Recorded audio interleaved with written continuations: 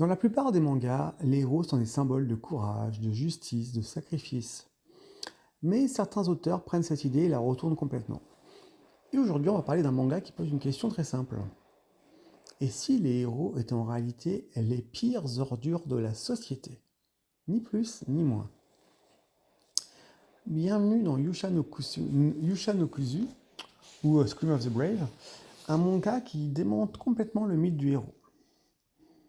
Et du coup, sur ma chaîne, on va voir un petit peu pourquoi cette œuvre est une satire brutale du système héroïque. Nous sommes dans un monde où les héros sont devenus des déchets. En effet, dans cet univers, les héros existent. Mais ils ne sont plus des figures nobles.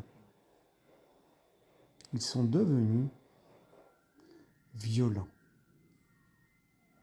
corrompus, arrogants, incontrôlables. Avec le temps, les héros ont cessé d'être des sauveurs. Ils sont devenus un problème pour la société. Résultat des courses, l'État crée une solution radicale. Une organisation spécialisée dans la chasse aux héros eux-mêmes. Dans ce monde, le vrai travail dangereux n'est pas de combattre les monstres, c'est de neutraliser ceux qui prétendent sauver l'humanité. C'est en fait une critique du pouvoir et du mythe du héros. Le cœur du manga est une idée très simple. Le pouvoir corrompt. Quand quelqu'un devient plus fort que tout le monde, deux possibilités existent. Il protège les autres, ou il finit par les mépriser et les écraser. Et dans Scream of the Brave, cela montre très clairement le deuxième cas. Certains héros deviennent des tyrans, des célébrités narcissiques, des armes incontrôlables. Le manga pose une question quand même dérangeante. Est-ce que la société fabrique des héros?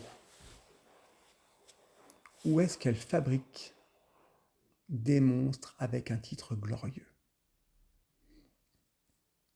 Par ailleurs, on voit une violence très volontaire dans le choix de la production. L'œuvre est brutale, voire très brutale. Les combats ne sont pas glorifiés, ils sont sales, rapides, parfois absurdes. Et surtout, on insiste sur un point dans l'anime. Quand quelqu'un possède un pouvoir écrasant, la morale devient souvent un luxe. Les héros deviennent parfois pires que les criminels qu'ils combattent. Et les chasseurs de héros doivent accepter une réalité.